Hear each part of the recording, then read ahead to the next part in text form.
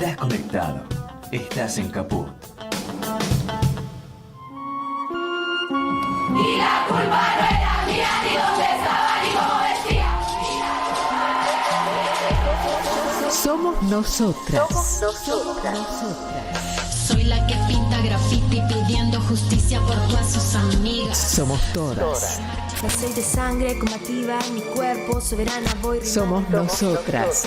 Tanto que siente eufórica, antes que histérica histórica. El programa de Nelly Minchersky en Caput, con la participación de Andrea Cuellar Camarena. Somos nosotras. Los martes a las 16 en Caput. Hola, ¿cómo están? Buenas tardes. Una vez más nos encontramos, nos transmitimos con estas ondas maravillosas.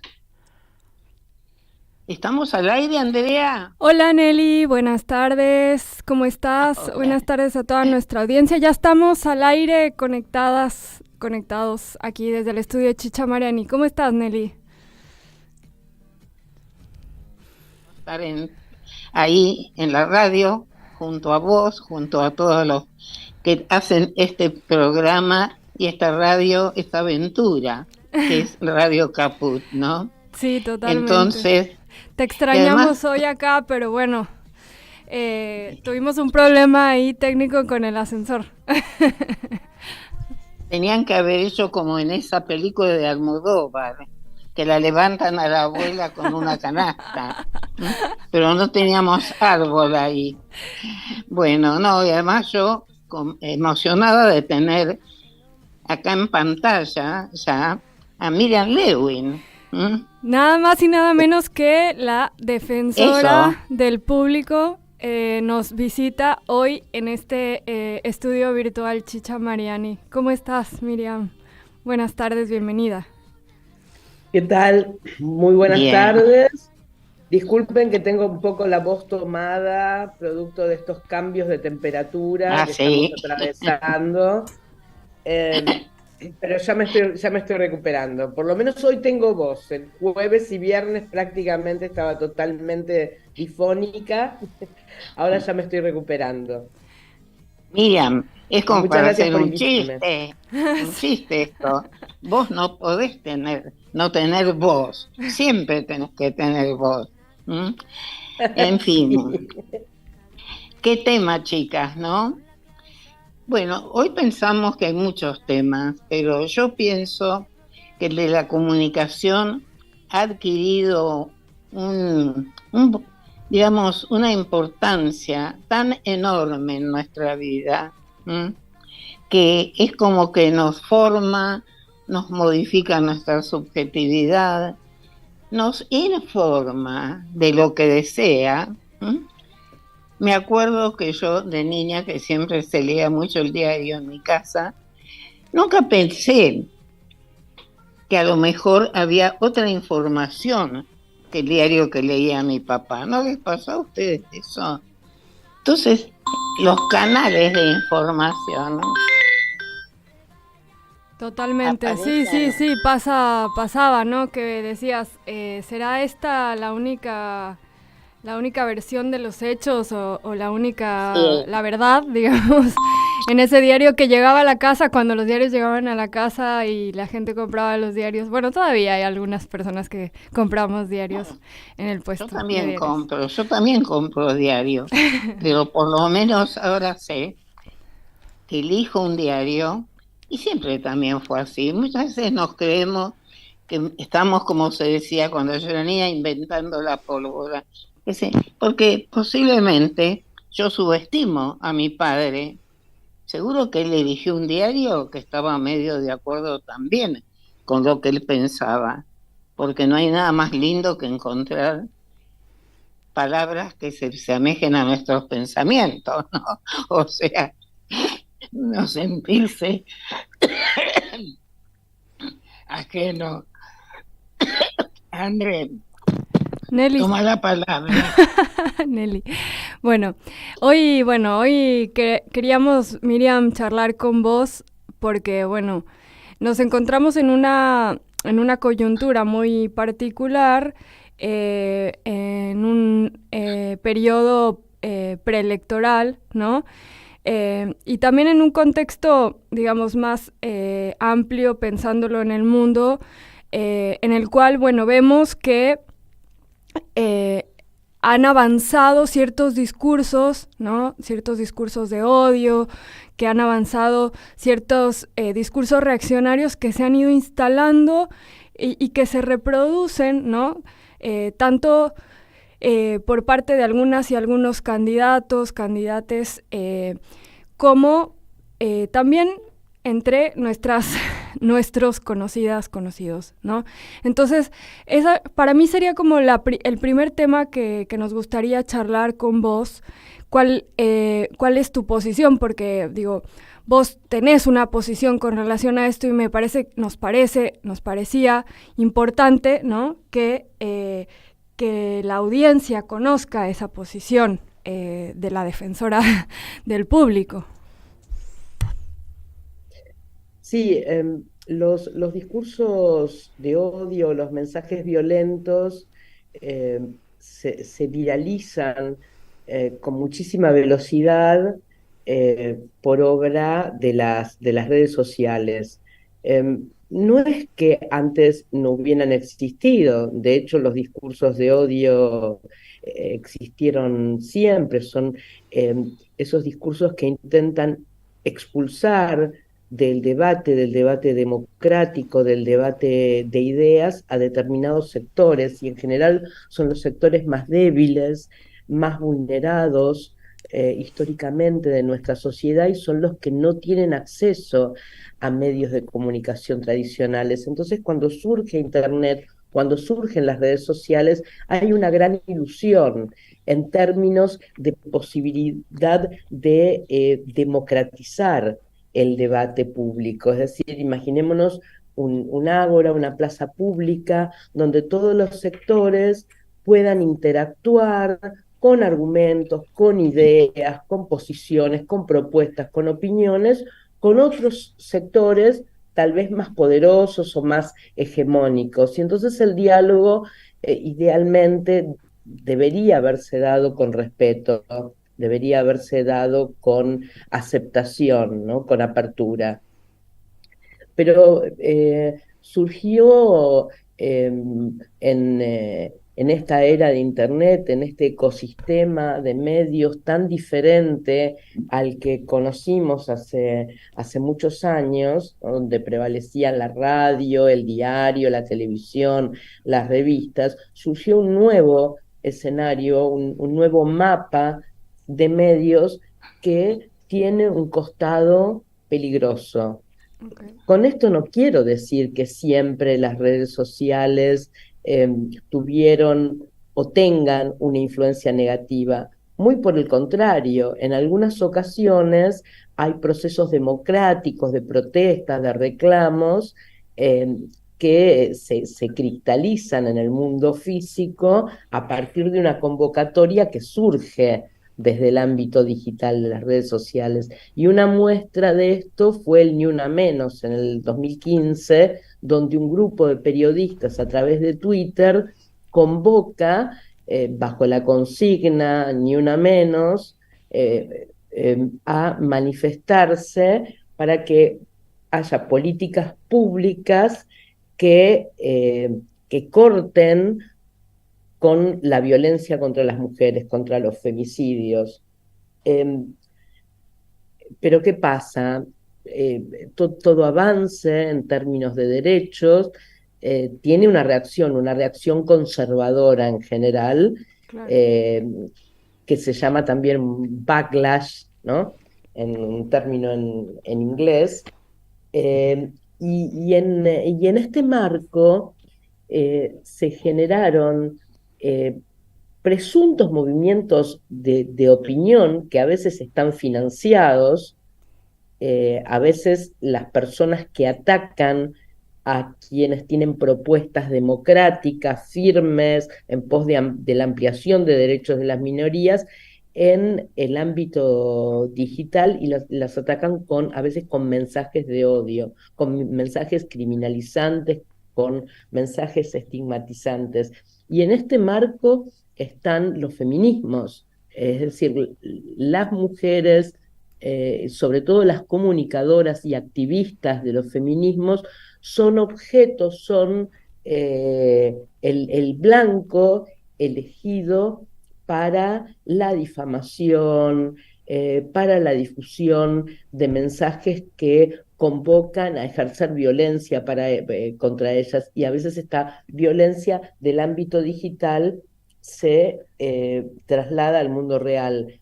Un caso muy paradigmático es el intento de magnicidio de Cristina Kirchner. Es decir, cuando constantemente desde las redes sociales se ataca a una figura pública, ojo que con esto no quiero decir que no se la pueda criticar, porque todos y todas las funcionarias tenemos que tener un umbral mayor de tolerancia, que se critique nuestra gestión, pero no que se critique nuestra apariencia física, que se difunda información falsa acerca de presuntos consumos problemáticos, O que se ataque por a su por nuestra familia, ¿no? orientación, a su familia, claramente en el caso de Cristina Kirchner constantemente se la está atacando, se la está atacando su núcleo familiar. Toda esta violencia que circula por los ámbitos digitales, que circula en redes sociales, en plataformas, necesariamente tiene su correlato en el mundo real. Es decir, esto se puede trasladar de violencia digital y puede transformarse en violencia física, Claro. como ocurrió en el caso de Cristina Kirchner. De manera que hay un debate a nivel mundial, una discusión acerca de qué hacer con estos discursos de odio, acerca de qué manera se neutralizan o se frena su propagación. Su propagación que es dañina para la democracia y que es dañina para la libre elección, para la elección informada, justamente cuando estamos en procesos como el actual, en el que se acerca el momento del voto. Justamente los periodos preelectorales son periodos que constituyen un caldo de cultivo, ¿no? Donde todas las emociones están exacerbadas, y justamente hay determinados grupos en los que grupos tal vez que están atravesando una situación, como está atravesando todo el país, de crisis económica, y entonces es muy fácil encontrar uno o más chivos expiatorios. Y esto Perdón. Sí. No, Miriam, perdón la interrupción, Sí. porque te escucho y estoy pensando cómo la sociedad, tiene que haber memoria, verdad y justicia, porque discurso de odio fue el de hitlerismo, que costó a la humanidad millones de muertos, de torturados, de convertidos en cenizas. Entonces, esta juventud que recibe ese discurso de odio, desgraciadamente, creo que yo, deliberada o no, ahí estoy, no quiero pecar de inocente, creo que es deliberada, no informa de esto, no hace una identificación entre el discurso del odio que escuchamos, las palabras, por ejemplo, Larreta diciendo hay que eliminar, no se elimina al enemigo, el enemigo se lo combate en todo caso con ideas, ¿no? Entonces esa es mi gran preocupación. ¿Y qué sanciones? La ley de medios tan difundida y después tan olvidada, tenía más sanciones que las que tenemos a mano ahora. No, Nelly, en la ley de medios no contemplaba lo digital, porque la ley de medios fue Claro. aprobada en octubre del 2009. Y yo siempre cuento que en noviembre del 2009, un mes después, yo fui a un congreso de periodismo donde una profesora de una universidad estadounidense enseñaba cómo cubrir hechos periodísticos en tiempo real en Twitter. Y yo no tenía cuenta de Twitter y ni siquiera sabía lo que era Twitter. Estamos hablando de noviembre del 2009. Muchos de los críticos, desde el progresismo y desde la academia, de aquella ley de medios, eh, señalaron en ese momento que la ley había nacido obsoleta porque justamente no contemplaba estos fenómenos. Pero nosotros tenemos que pensar que estamos hablando de algo que sucedió hace muchos años atrás y que la transformación del mapa de medios, de los hábitos de consumo mediáticos de la población cambiaron radicalmente. Ustedes dicen que ustedes todavía compran diarios en papel. Yo hace rato que no compro diarios en papel y sin embargo leo todos los diarios, leo clippings, consumo televisión, pero consumo televisión a través de YouTube. Un día recuerdo haber llegado a la casa de mi hijo y preguntarle cuánto pagaba de cable. Y mi hijo, que tiene en ese momento 43 años, me dijo, no, yo hace rato que no pago cable. ¿Y cómo estás mirando televisión? Por YouTube. Es decir, hay aplicaciones que suplen los canales, aplicaciones digitales que suplen los canales analógicos. A mi sobrino es muy difícil explicarle por qué los canales, cuál es la diferencia entre canales de cable y canales de aire, ¿no? Porque él nunca atravesó esa experiencia que teníamos nosotras de ir al aparato de televisión y con una ruedita numerada sintonizar cada uno de los canales. Él me pregunta, ¿pero por qué se llama Canal 13? ¿Por qué se llama Canal 11? ¿Dónde viene eso? No, no tiene idea. Esto no quiere decir que los jóvenes y las jóvenes no consuman televisión. Lo consumen, pero lo consumen consumen televisión por streaming, consumen contenidos de televisión por plataformas. De hecho, ayer, por ejemplo, se dio un programa sobre los vuelos de la muerte en la televisión pública y minutos después ya estaba subido, se podía mirar en YouTube. Es decir, personas que no pudieron sintonizar en el momento 22:30 ayer, que se emitió al aire, lo pueden disponer, pueden disfrutar de cualquier contenido en el momento que tengan tiempo, que tengan ganas, que tengan disposición, incluso muchos años después.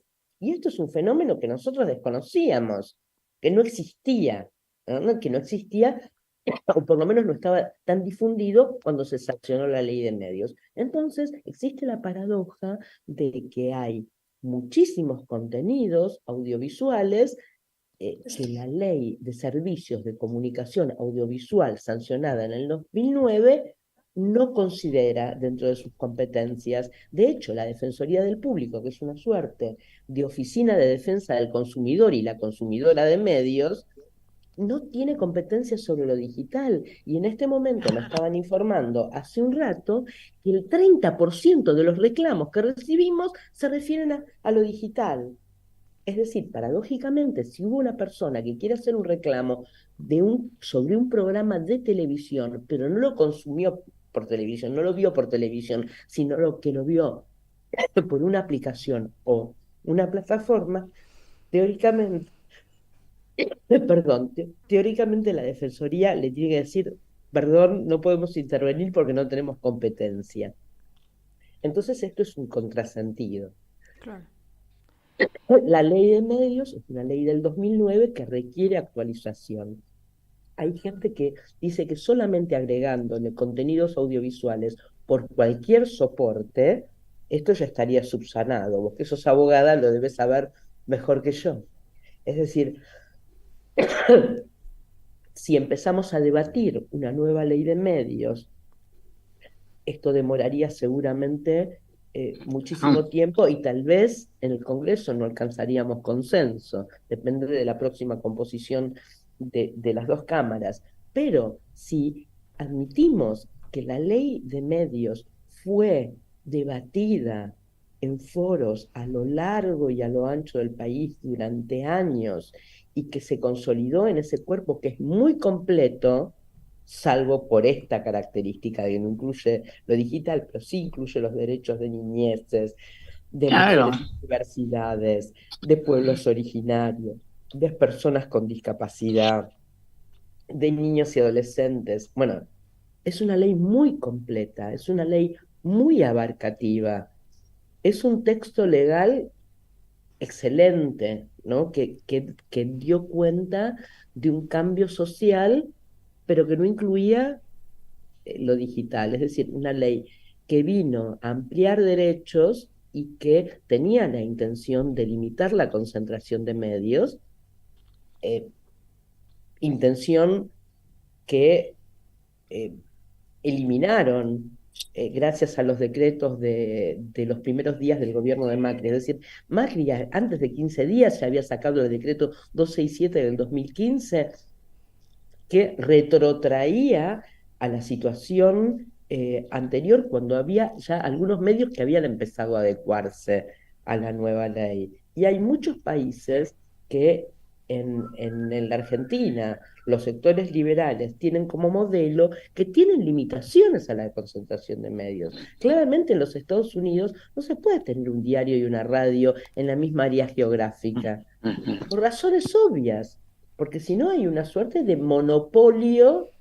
de la interpretación de la realidad, ¿no? Es decir, la potencia que tienen medios concentrados eh, no favorece la pluralidad de voces, no favorece la diversidad de opiniones.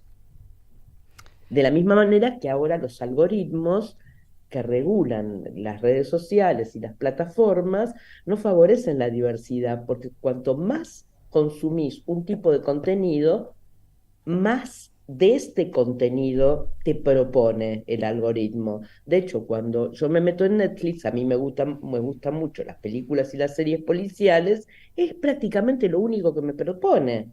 Entonces, tal vez haya un contenido, no sé, una comedia musical, una película romántica, no me la ofrece. Tengo que ir a buscarla al fondo de la oferta porque no me aparece ni siquiera en pantalla como propuesta.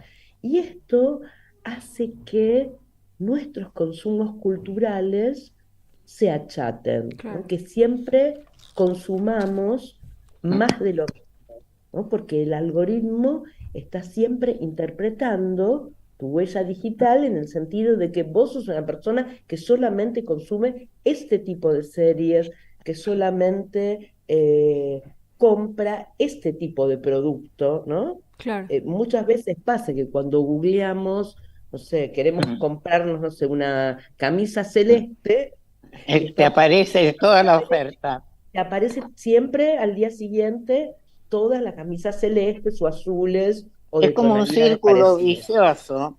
Vos, Claro, las personas, le damos un contenido por naturaleza, pues nos gusta más, como vos decís, el color azul. Pero no es que claro. nos gusta solo el azul, pero ese azul ya lo toman en tal forma que te va cerrando los canales para tu elección y te vas olvidando de que hay otros De que colores, hay otros ¿no? colores, claramente. Y a veces pasa, y sobre esto hay estudios, que cuando uno consume un contenido violento, el algoritmo va profundizando en esa línea y cada Claro. vez te ofrece mayor cantidad de contenidos violentos y de mayor grado de violencia. Y esto es, digamos, esto no está bien, no está bueno. Pero a mí No lo que está me preocupa, bueno no está bueno vivir en un frasco de mayonesa, está bueno nutrirse de la diversidad. pero también estamos ante un fenómeno muy especial y para mí que todos los canales muchas veces hacen lo mismo, o sea, pasa algo, un homicidio, cualquier hecho de violencia, y ese hecho está a lo mejor una hora en esos canales, cualquiera sea, con imágenes, es como que te van horadando el cerebro, ¿no? Y queda eso como la verdad. Porque si te Claro, muestra- y aparte te genera la sensación de que eso está pasando en todos lados y todo el Eso. tiempo, Claro. ¿no? Cuando en Sí, sí. realidad a lo mejor hubo un robo, un kiosco y un tiroteo, no sé, en Guernica, o en San Vicente, pero te lo pasan todo el tiempo, todo el tiempo, todo el tiempo, entonces te genera la sensación de que este hecho se replica en tu realidad, no importa dónde vayas, no importa dónde vivas, no importa cuál sea tu experiencia. El otro Ahora, día estábamos hablando con chicos y chicas, estamos haciendo unos spots para UNICEF sobre comunicación y un chico muy, muy chiquito, debía tener 7 8 años, y a mí no me gustan los medios de comunicación porque te pasan un video de una cosa violenta, un asesinato o un robo y te lo pasan todo el tiempo. Dingui, dingui, dingui, dingui, dingui, dingui, basta, decía el nene. O sea, tenía no, pero es muchísima que claridad, claro. ahora, yo digo una cosa, esto que nos está pasando es nuevo, porque 10 años o 20 años en la historia es muy poco, como no, nos faltan armas para combatir. Este sometimiento Claro. a determinados discursos, o sea, estamos también como con las pruebas en los femicidios, en el abuso sexual, normas que fueron fundamentales, por lo menos yo las sentí, seguramente vos también, Miriam, Andrea es muy jovencita, que hicieron nuestra conformación de personas que amamos la igualdad, la libertad, la democracia. Es como que ahora carecen de sentido, porque se utilizan justo a la inversa.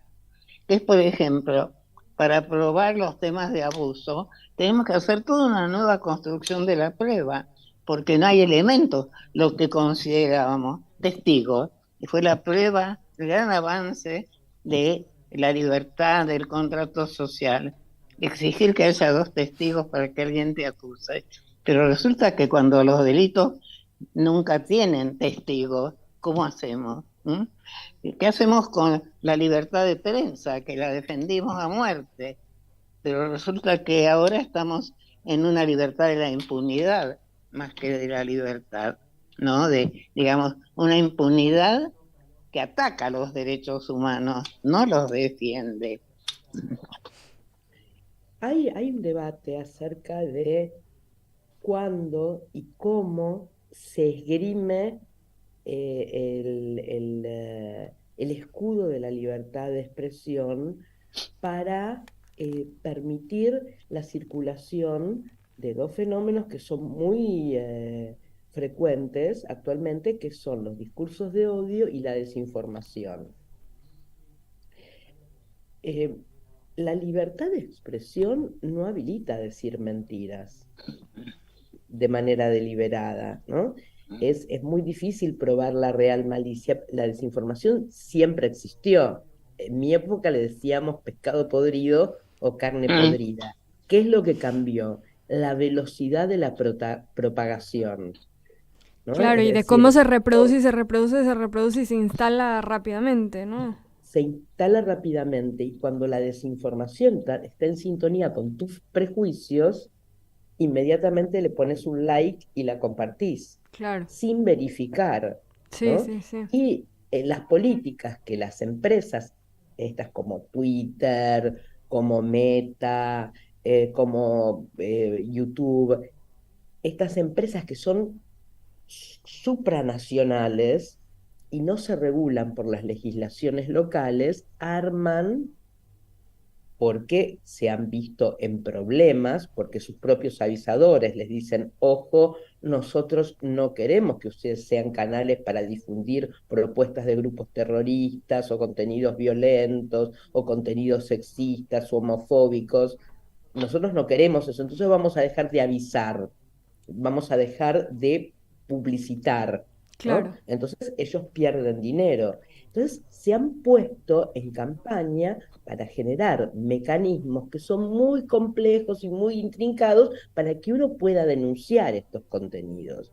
justamente el otro día tuvimos una charla con la gente de Google, un gran grupo de gente de la Defensoría, donde yo le decía, hay que hacer una maestría para entender cómo se denuncia en YouTube, cómo se denuncia en Twitter, cómo se denuncia en Facebook. O sea, porque todos tienen mecanismos distintos, absolutamente diferentes.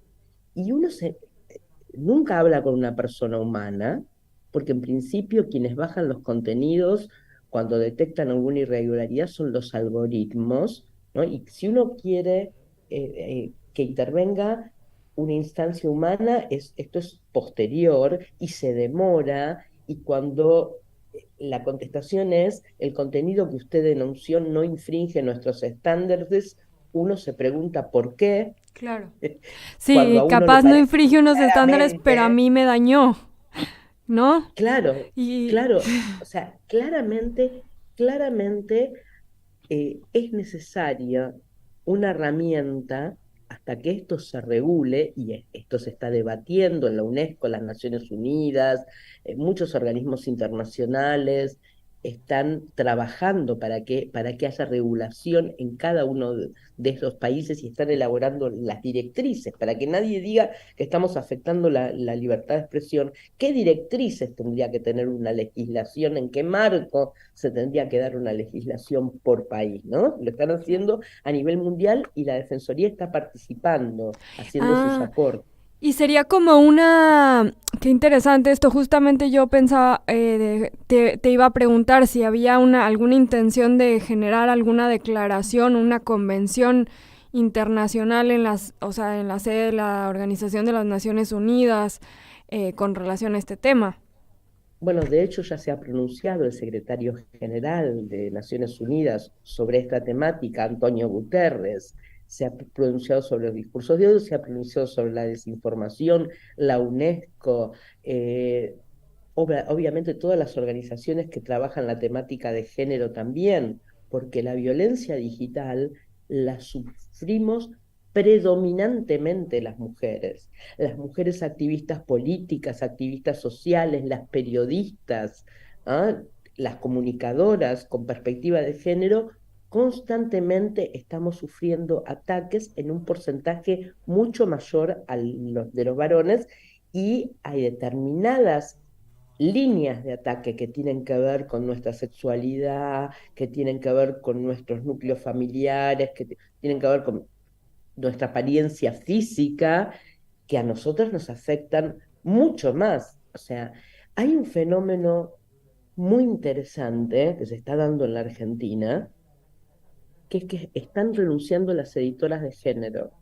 Esta figura que venía a constituir una herramienta para que en las redacciones hubiera una suerte de veedora, no de censora, de consultora sobre cómo abordar determinadas temáticas, eh, significó para estas compañeras que lo asumieron sin dedicación exclusiva, sin remuneración adicional, en general sin abandonar sus tareas históricas dentro del medio, les han significado eh, una cantidad de agresiones que le generaron un desequilibrio emocional e incluso consecuencias físicas, y que las han movido a correrse de ese lugar.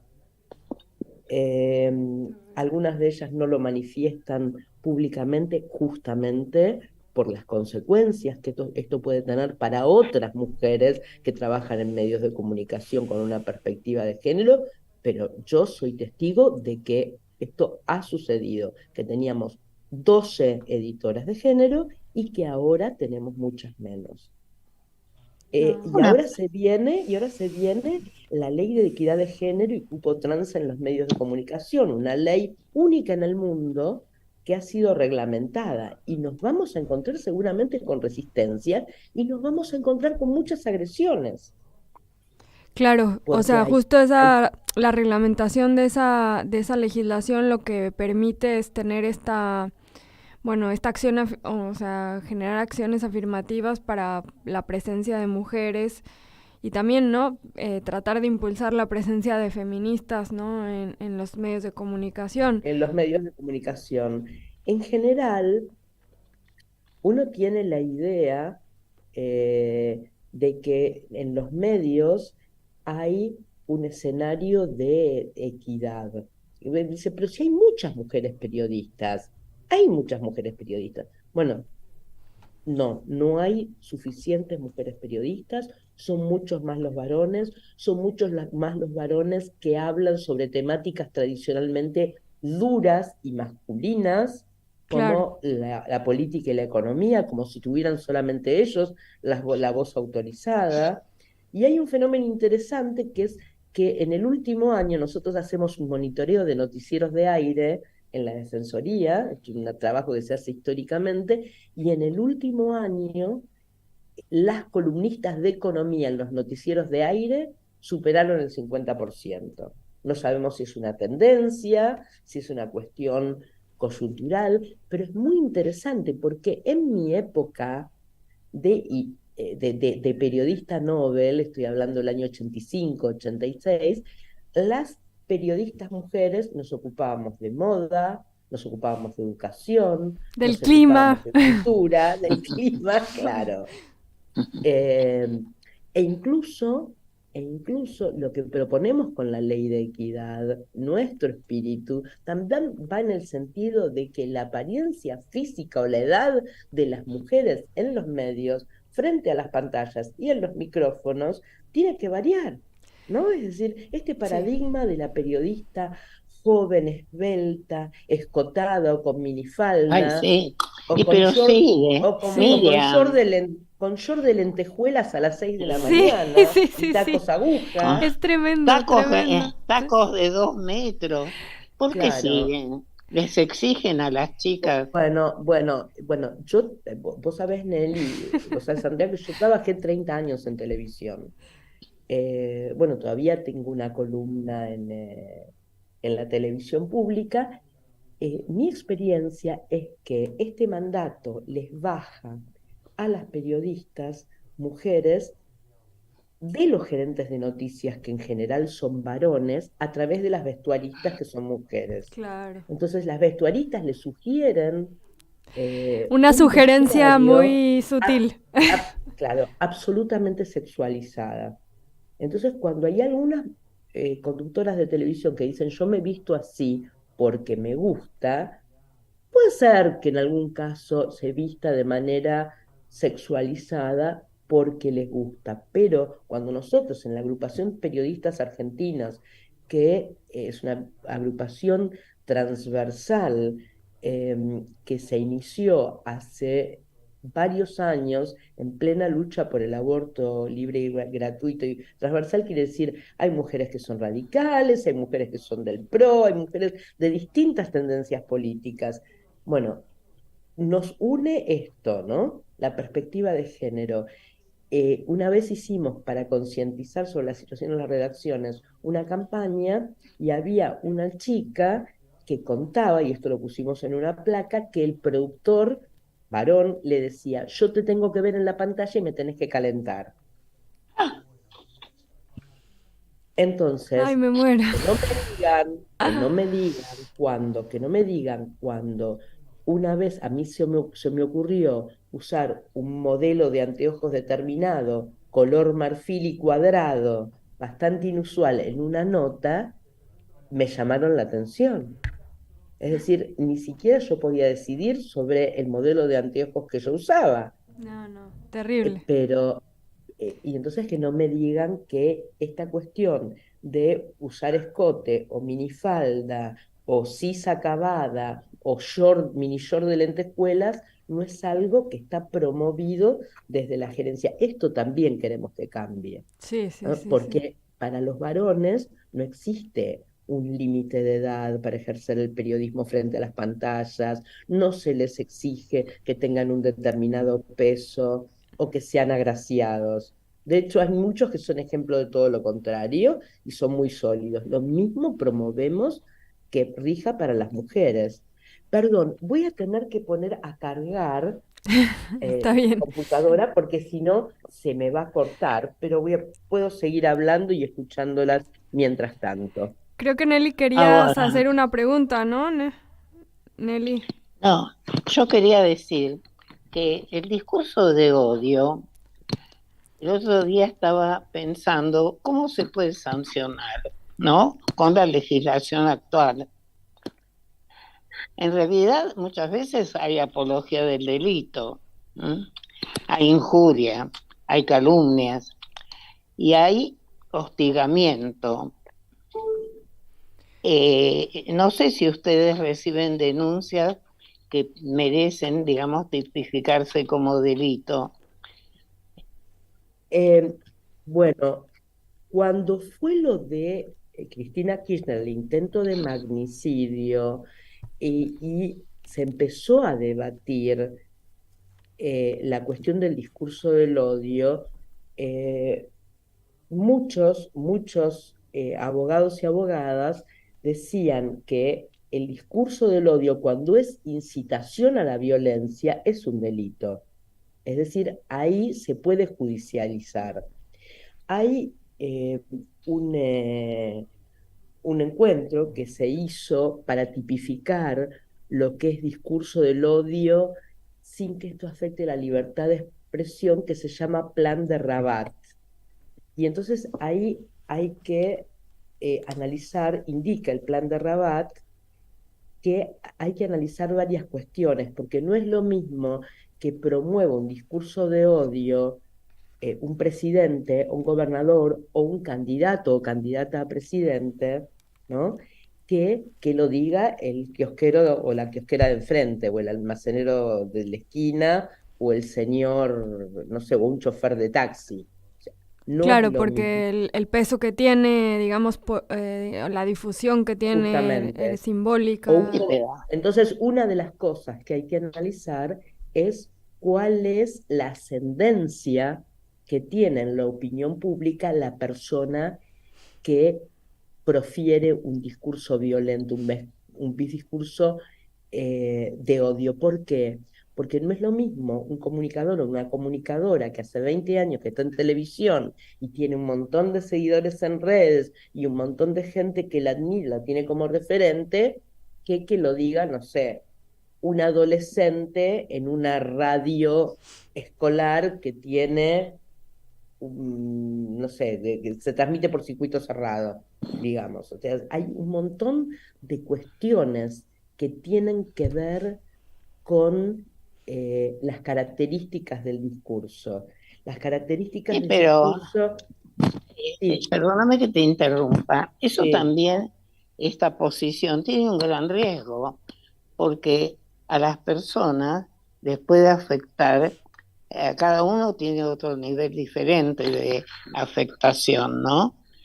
sí, Entonces, puede ser que sea de más limitada audiencia, pero supongamos una radio, este, un discurso libertario en un grupo escolar o en un grupo barrial, ¿no? O sea, creo que una vez más, todos los principios que hemos amado todas y todos, ¿eh? De la Revolución Francesa, esto y el otro, llegan a convertirse también en situaciones y hechos que eran hace 200 años necesarios promover, ¿no? Por eso es un gran sí. trabajo el tema de la garantía. Yo que toda la vida he sido muy garantista, llega un momento en que decís, bueno, ¿cómo hago para que la famosa libertad de prensa no se convierta en algo destructivo? A nosotros la libertad de prensa en estos momentos nos está destruyendo como país. ¿No? Mira, lo que tenemos justamente es que analizar realidad por realidad, porque cuando vos vas a un encuentro internacional y se propone la regulación, inmediatamente eh, interviene gente que vive bajo regímenes totalitarios y entonces dice que cualquier tipo de regulación podría ser utilizado por gobiernos autoritarios para restringir y perseguir a los opositores y opositoras y calificarlos o etiquetarlos como predicadores del odio, cosa que evidentemente sucede. Entonces, bueno, este plan de Rabat, que tal vez esté un poco desactualizado, porque ahora todo cambia con muchísima velocidad, propone analizar el contexto, analizar caso por caso, y se incluye el contexto, el rango del hablante, la intención, el contenido, la extensión del discurso y la probabilidad concreta de causar del daño. daño. Claro, Bien. entonces, bueno, cuando vos me preguntás qué se puede hacer, bueno, vos sabés que la Defensoría no tiene potestad sancionatoria, que siempre vamos por el lado de la reparación y el diálogo, y que quien sí tiene potestad sancionatoria es el Ente Nacional de Comunicaciones. ¿Por qué tiene potestad sancionatoria? Porque es quien administra el espectro radioeléctrico. Es decir, bueno, ya no estaríamos hablando de competencia en lo digital tampoco, sino que en radio y televisión. O sea, bueno, a ver, evidentemente el marco legal está desactualizado, pero el ENACOM podría, ante la emisión de un discurso de odio en un canal de televisión o en una radio, podría llamar la atención, apercibir, multar, suspender la licencia o directamente retirarla, porque el espectro radioeléctrico se concesiona, ¿no? Son licenciatarios quienes, no son propietarios de esa franja del espectro, las radios y televisoras. Entonces, así como cuando uno alquila un departamento, no lo puede demoler, no lo puede incendiar, hay determinadas condiciones para El hacer uso uso de... de esa franja del espectro radioeléctrico adjudicada. Claro. O sea, sí, como digamos poner un marco dentro del cual, o sea, vos tenés Claro, una concesión, pero eso no te da la posibilidad de reproducir esos discursos de odio, que como vos decías, o como vos lo planteas, esos discursos de odio atentan contra la libertad de expresión, justamente. lejos de lo que plantean algunos actores políticos, ¿no? Que es la libertad sería decir cualquier cosa que quiero decir. Y vos decís, no, la libertad de No, expresión... justamente, la libertad de expresión tiene que ser para todos y todas, no solamente para los propietarios de los medios, o para quienes tienen acceso a una radio potente o un canal de televisión con mucha audiencia. Es decir, lo deseable sea que nadie sea expulsado por motivos de odio de la plaza pública. El ejemplo que mencionaba al principio de la charla, Nelly, del nazismo, tendría que funcionar como una alerta, porque estamos atravesando una situación de crisis y es muy fácil y muy cómodo echarle la culpa de lo que me está pasando a mí a un chivo expiatorio. Pasó en la época del nazismo y puede pasar perfectamente ahora. Fijémonos la cuestión mapuche. Vienen por todo, se quieren quedar con la Patagonia, son terroristas. Es muy fácil en un contexto de crisis empezar a sospechar de un determinado grupo, ¿no? También se da en el ámbito político. La culpa de esto la tiene el kirchnerismo, hay que acabar con el kirchnerismo. Y sí, hay que acabar. Pero, no, ¿sabes qué? Me dio risa absurda, porque pensar que la Patagonia está en manos de algunos de los dueños de este mundo, como Lewis, como Benetton, como, ya ni me acuerdo todos los que están ahí, que no son tantos, pero que tienen más o menos más de la mitad ya del territorio de la Patagonia, frente a las comunidades mapuche, ¿no? Que seguramente que no tienen dólares, millones de dólares en el exterior. Es como la construcción, bueno, y esto también, estas construcciones son las que me preocupan. Lo de los trolls, que yo puedo contratar 100 personas o miles, que estén con el teléfono, con los medios, con las redes, todo el día fabricando subjetividades, diciendo cosas que no tienen nada que ver con la verdad. ¿Eso es así libre? Y lamentablemente sí, cuando vos hablas con gente de las empresas, te dicen que ellos dan de baja cientos de miles de cuentas falsas o de cuentas que difunden contenidos inconvenientes por día, pero nunca es suficiente porque siempre se vuelve. reciclan. Claro. Es decir, cierran una cuenta y abren otras, ¿no? Claro. Entonces, es complicado. Por eso, una herramienta interesante es lo que llamamos, y tiene un nombre horrible, pero es el nombre internacional, alfabetización mediática e informacional, que es dotar a toda la población desde muy temprana edad y en todas las etapas de la vida, dentro de la estructura de educación formal como informal, de las herramientas existentes para detectar desinformación, para detectar discursos de odio, para saber cómo prevenirlo. Justamente hemos hecho con la UNESCO y con la Universidad de Quilmes y con el PAMI un curso autoadministrado sobre desinformación, cómo prevenir la desinformación para personas adultas mayores. La verdad es que a nosotros nos parece indispensable esto. Y por otro lado, estamos con el Ministerio de Educación educando, dándole estas herramientas. Ya creo que vamos por los 7.000 y las 7.000 docentes en la plataforma de capacitación del Ministerio de Educación, porque los y las docentes son agentes multiplicadores.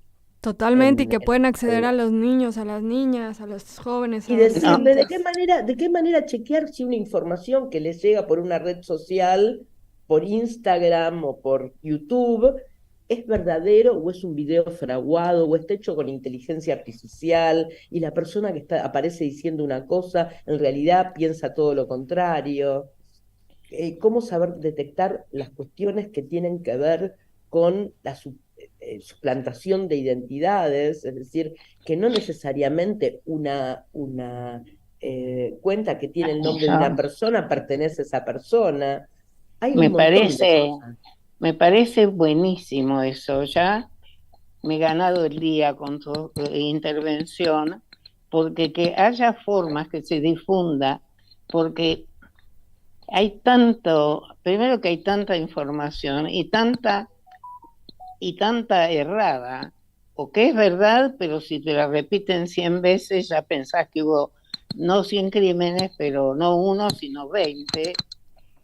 Y entonces esto me gustaría que digas, antes de terminar, una frase que la gente entienda, que no todo lo que le transmite la tele es cierto, que hay que pensar, que hay que reflexionar, por un lado. Y por otro lado, una pregunta que me preocupa, que no es exclusiva de la Defensoría. ¿Quién da las pautas a los diarios? Las pautas oficiales. ¿Quién es el resto? La Secretaría de Medios. La Secretaría de Medios. Yo creo que sí, justamente, Nelly, lo que nosotros planteamos en la Ley de Equidad de Medios, de género en los medios, es que los medios obtengan una certificación de equidad y esto les permita obtener un puntito más de pauta publicitaria. Es decir, hay que premiar, ¿no? No negarle la pauta al resto de los medios, pero premiar a quienes respetan los derechos de las mujeres y las diversidades. No solamente con la cantidad de gente que emplean, ¿no? Que sea equitativa, sino también con los contenidos que emitan. Claro. Nosotros queremos intervenir en la ejecución de esta ley, en la aplicación de esta ley, porque queremos poder informarle al Ministerio de Trabajo, que es el ente de aplicación de la Ley de Equidad de Género, de qué manera se tratan los contenidos referidos a géneros y femicidios en los medios de comunicación que están pidiendo esta certificación de equidad. creo que ya nos Bueno, tenemos que ir. Sí, parece se nos que terminó ese el tiempo. gestito de redondar. Sí. Bueno, no, pero es que ha sido apasionante. Sí, la Y te verdad que vamos sí. a pedir otra vez, porque los consumidores, las consumidoras, conocemos poco. ¿Mm? Entonces no nos damos cuenta que hay otras verdades que la que nos muestra tal canal de televisión o tal diario. ¿Mm?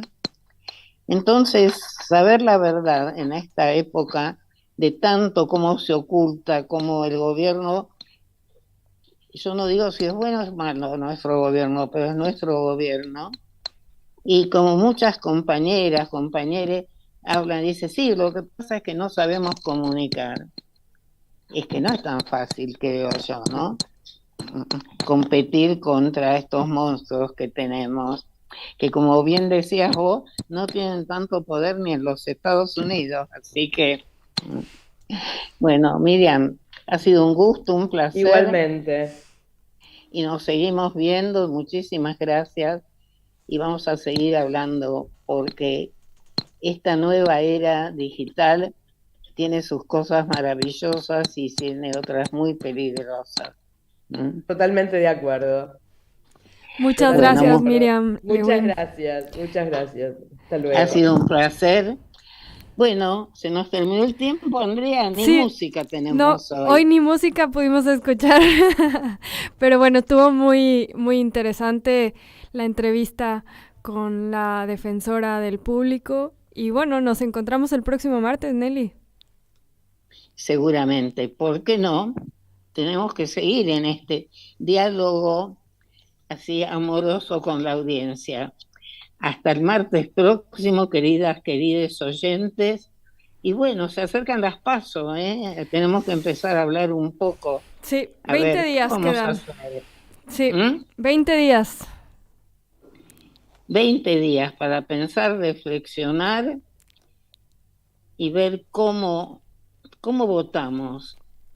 Primero votar, porque Totalmente, es nuestra posibilidad chiquita, pero importante. totalmente. Así que a pensarlo este fin de semana, la semana que viene vamos a hablar de este tema.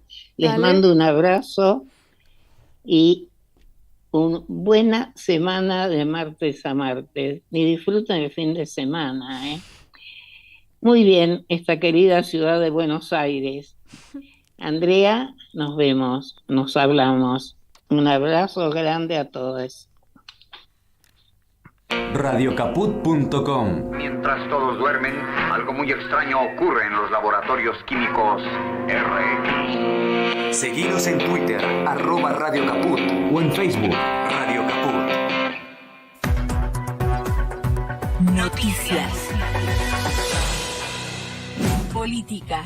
Sergio Massa convocó a no volver atrás y alertó sobre el programa de ajuste de la oposición. El ministro de Economía y precandidato a presidente por Unión por la Patria lo expresó al encabezar un plenario del Frente Cívico en la capital de Santiago del Estero. Cuando empezamos a encarar este proceso electoral, nos pusimos 3 premisas. Una la marcaba bien Gerardo, la de la unión de los santiagueños y de los argentinos, frente a los que pregonan el odio, la violencia y la descalificación como forma de hacer política. Nosotros tenemos la obligación de tender nuestra mano a los argentinos y convocarlos a soñar, a convivir y sobre todas las cosas a recuperar la esperanza de que el futuro está en nuestras manos y depende de nuestro trabajo y de nuestras decisiones. Economía. Las ventas en los supermercados subieron un 0,2% en mayo y un 12,5% en los shoppings. Así lo detalló esta tarde el Instituto Nacional de Estadística y Censos. Con similar tendencia, en los autoservicios mayoristas, las ventas a valores constantes marcaron